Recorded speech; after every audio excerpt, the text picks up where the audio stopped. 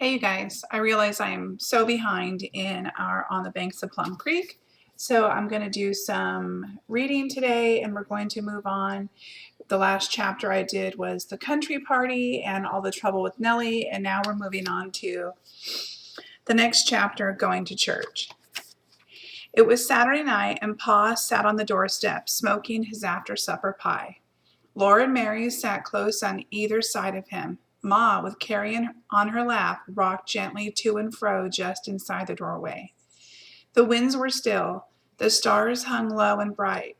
The dark sky was deep beyond the stars, and Plum Creek talked softly to itself. They told me in town this afternoon that there will be preaching in the new church tomorrow, said Pa. I met the home missionary, Reverend Alden, and he wanted us to be sure to come. I told him we would. Oh, Charles, Ma exclaimed, we haven't been to church for so long. Laura and Mary had never seen a church, but they knew from Ma's voice that going to church must be better than a party. After a while, Ma said, I am so glad I finished my new dress. You will look sweet as a posy in it, Pa told her. We must start early. Next morning was a hurry. Breakfast was a hurry, work was a hurry, and Ma hurried about dressing herself and Carrie. She called up the ladder in a hurrying voice, Come on down, girls, I'll tie your ribbons. They hurried down. Then they stood and stared at Ma. She was perfectly beautiful in her new dress. It was black and white calico, a narrow stripe of white, then a wider stripe of black lines, and white lines no wider than threads. Up the front it was buttoned with black buttons, and the skirt was pulled back and lifted up to puffs and shirrings behind. Crocheted lace edged the little stand-up collar. Crocheted lace spread out in a bow on Ma's breast, and the gold breast pin held the collar and the bow. Ma's face was lovely. Her cheeks were flushed and her eyes were bright. She turned Laura and Mary around and quickly tied the ribbons on their braids. Then she took Carrie's hand. They all went out the doorstep and Ma locked the door. Carrie looked like one of the little angel birds in the Bible. Her dress and her tiny sunbonnet were white and all trimmed with lace. Her eyes were big and solemn. Her golden curls hung by her cheeks and peeped from under the bonnet behind. Then Laura saw her own pink ribbons on Mary's braids. Let me reread, you guys. Then Laura saw her own pink ribbons on Mary's braids. She clapped her hand over her mouth before a word came out. She scrooged and looked down her own back. Mary's blue ribbons were on her braids. She and Mary looked at each other and did not say a word. Ma, in her hurry, had made a mistake. They hoped she would not notice. Laura was so tired of pink, and Mary was so tired of blue. But Mary had to wear blue because her hair was golden, and Laura had to wear pink because her hair was brown. Pa came driving the wagon from the stable. He had brushed Sam and David till they shone in the morning sunshine. They stepped proudly, tossing their heads and their manes, and tails rippled. There was a clean blanket on the wagon seat and another spread on the bottom of the wagon box. Pa carefully helped Ma climb up over the wheel. He lifted Carrie to Ma's lap. Then he tossed Laura into the wagon box and her braids flew out. Oh dear, Ma exclaimed. I put the wrong ribbons on Laura's hair. It'll never be noticed on a trotting horse, said Pa, so Laura knew she could wear the blue ribbons. Sitting beside Mary on the clean blanket in the wagon bottom, she pulled her braids over her shoulder. So did Mary, and they smiled at each other. Laura could see the blue whenever she looked down, and Laura could see the pink. Pa was whistling, and when Sam and David started, he began to sing. Charles, Ma said softly to remind him that this was Sunday. Plum Creek came out from the willow shadows and spread wide and flat and twinkling in the sunshine. Sam and David trotted through the sparkling shallows. Glittering drops flew up and waves splashed from the wheels. Then they were away on the endless prairie. The wagon rolled softly along the road that hardly made a mark on the green grasses. Birds sang their morning songs. Bees hummed. Great yellow bumblebees went bumbling from flower to flower, and big grasshoppers flew whirring up and away. Too soon they came to town. The blacksmith shop was shut and still. The doors of the stores were closed. A few dressed-up men and women with their dressed-up children walked along the edges of dusty Main Street. They were all going towards the church. The church was a new building not far from the schoolhouse. Pa drove toward it through the prairie grass. It was like the schoolhouse, except that on its roof was a tiny room with no walls and nothing in it. "What's that?" Laura asked. "Don't point, Laura," said Ma. "It's a belfry."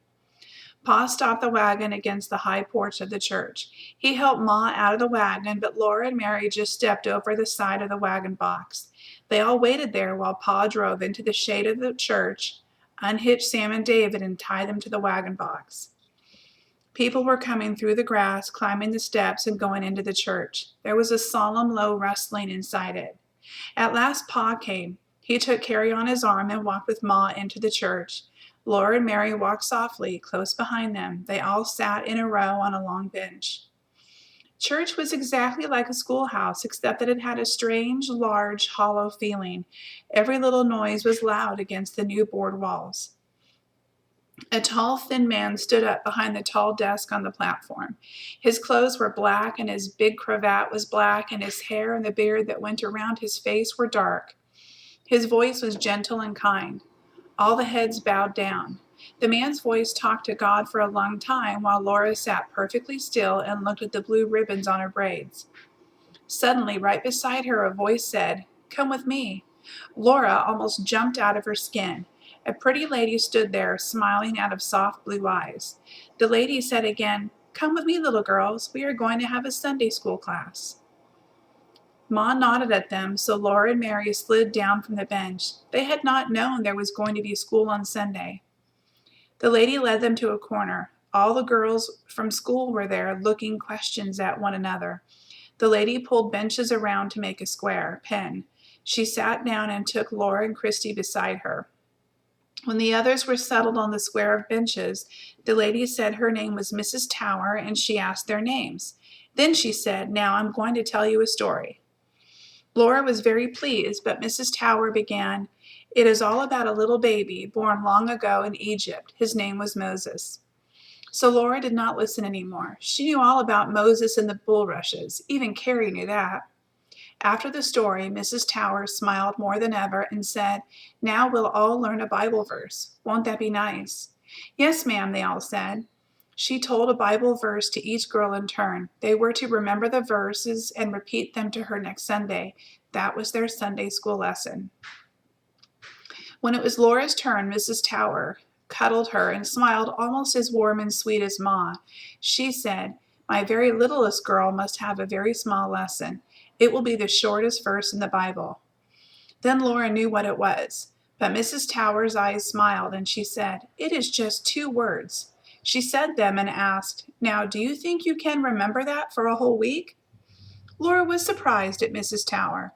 Why, she remembered long Bible verses and whole songs. But she did not want to hurt Mrs. Tower's feelings, so she said, "Yes, ma'am." "That's my little girl," Mrs. Tower said. But Laura was Ma's little girl. "I'll tell you again to help you remember. Just 2 words," said Mrs. Tower. "Now can you say them after me?" Laura squirmed. "Try," Mrs. Tower urged her.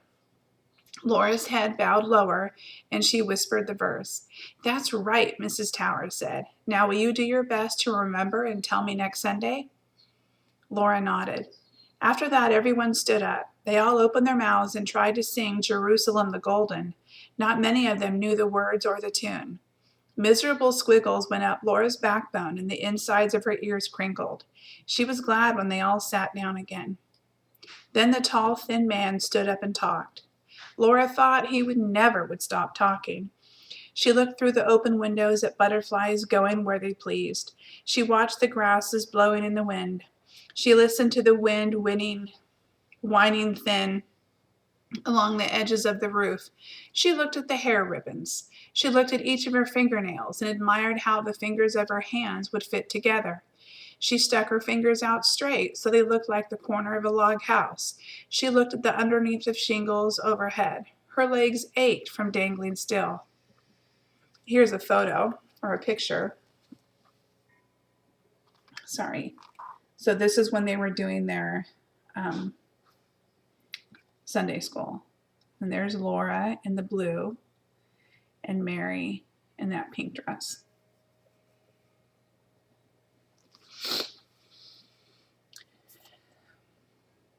At last, everyone stood up and tried again to sing. When that was over, there was no more. They could go home. The tall, thin man was standing by the door. He was the Reverend Alden. He shook Ma's hand and he shook Pa's and they talked. Then he bent down and he shook Laura's hand. His teeth smiled in his dark beard. His eyes were warm and blue. He asked, "Did you like Sunday school, Laura?" Suddenly Laura did like it. She said, "Yes, sir." "Then you must come every Sunday," he said. "We'll expect you." And Laura knew he really would expect her. He would not forget. On the way home, Pa said, "Well, Caroline, it's pleasant to be with a group of people all trying to do the right thing, same as we are." "Yes, Charles," Ma said thankfully. "It will be a pleasure to look forward to all week." Pa turned on the seat and asked, "How do you girls like the first time you ever went to church?" "They can't sing," Laura said. Pa's great laugh rang out. Then he explained there was nobody to pitch the hymn with a tuning fork. "Nowadays, Charles," said Ma, "people have hymn books." "Well, maybe we'll be able to afford some someday," Pa said. After that, they went to Sunday school every Sunday. 3 or 4 Sundays they went to Sunday school, and then again the Reverend Alden was there, and that was a church Sunday. The Reverend Alden lived at his real church in the East. He could not travel all the way to this church every Sunday. This was his home missionary church in the West. There were no long, dull, tiresome Sundays, because now there was always Sunday school to go to and to talk about afterward.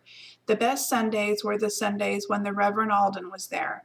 He always remembered Laura, and she remembered him between times. He called Laura and Mary his little country girls. Then one Sunday, while Pa and Ma and Mary and Laura were all sitting at the dinner table talking about that day's Sunday school, Pa said, "If I'm going to keep on going out among dressed up folks, I must get a pair of new boots. Look." He stretched out his foot. His mended boot was cracked clear across the toes. They all looked at his red knitted sock showing through that gaping slit. The edges of leather were thin and curling back between little cracks. Pa said, "It won't hold another patch." "Oh, I wanted you to get boots, Charles," Ma said, "and you brought home that calico for my dress." Pa made up his mind. "I'll get me a new pair when I go to town next Saturday. They will cost $3, but we'll make out somehow till I harvest the wheat." All that week Pa was making hay. He had helped put up Mr. Nelson's hay and earned the use of Mr. Nelson's fine, quick mowing machine. He said it was wonderful weather for making hay. He had never known such a dry, sunny summer. Laura hated to go to school.